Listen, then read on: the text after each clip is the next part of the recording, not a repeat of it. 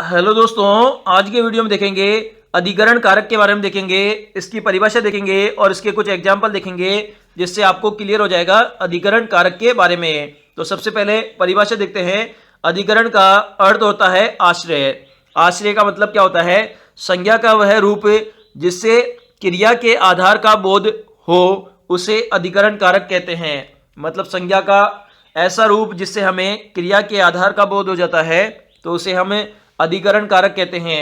अब देख लेते हैं अधिकरण कारक के विभक्ति चिन्ह देख लेते हैं। तो इसमें आपको दो विभक्ति चिन्ह याद करने हैं।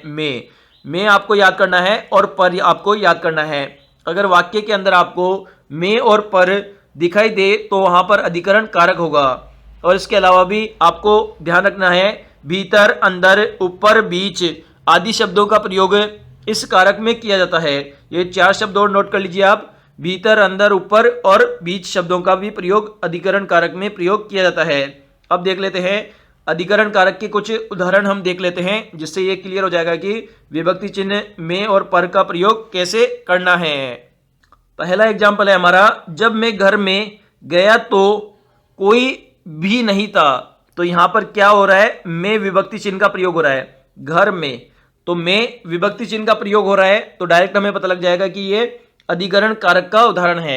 इसे समझ लेते हैं। जैसे कि आप ऊपर उदाहरण में देख सकते हैं कि में विभक्ति चिन्ह का प्रयोग किया गया है जो कि यह बताता है कि वक्ता घर के अंदर गया था। वक्ता कहां पर गया था? घर के अंदर गया था। जैसा कि हम पाते हैं कि जब किसी वाक्य में विभक्ति चिन्ह का प्रयोग किया जाता है तो वहां पर अधिकरण कारक होता है। अतएव ये अधिकरण कारक का उदाहरण है। डायरेक्ट आपको देखना है में का प्रयोग हुआ है, डायरेक्ट अधिकरण कारक है। इसी प्रकार से हम देखते हैं वीर सिपाही युद्ध भूमि में मारा गया। तो यहां पर भी में जो विभक्ति चिन्ह है उसका प्रयोग हुआ है। इससे हमें पता लग रहा है कि जो सिपाही है वह कहां मारा गया? युद्ध भूमि में। तो डायरेक्ट यहां पर में विभक्ति चिन्ह है तो डायरेक्ट यहां पर अधिकरण कारक हम लगा देंगे आंसर। कुर्सी आंगन में के बीच बिछा दो। तो यहां पर बीच शब्द का प्रयोग हुआ है। मैंने आपको चार शब्द बताए थे, ऊपर, अंदर, बाहर और बीच। अगर ये चारों यूज होते हैं तो वहां पर भी क्या हो जाता है? अधिकरण कारक हो जाता है। जैसे कि आप ऊपर दिए गए वाक्य में देख सकते हैं बीच शब्द का प्रयोग हुआ है। जब यह शब्द प्रयोग किया जाता है तो वहां पर कौन सा कारक होता है? अधिकरण कारक होता है। यह बीच शब्द कुर्सी के आंगन के बीच होने का बोध हो रहा है, अतएव यह अधिकरण कारक का अंतर्गत आएगा। उदाहरण देख सकते हैं अधिकरण कारक के। जैसे मछली पानी में तैरती है तो में का प्रयोग हुआ है। महल में दीपक जल रहे हैं तो यहां पर भी में का प्रयोग हुआ है। वह रोज सुबह गंगा किनारे पर जाता है।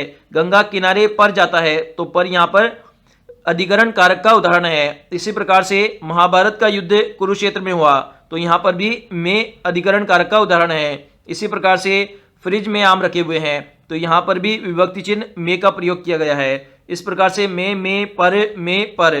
तो इस प्रकार से जो में और पर ये दो विभक्ति चिन्ह है, अगर आपको वाक्य में मिल जाए तो वहां पर डायरेक्ट आप अधिकरण कारक आंसर लगाओगे।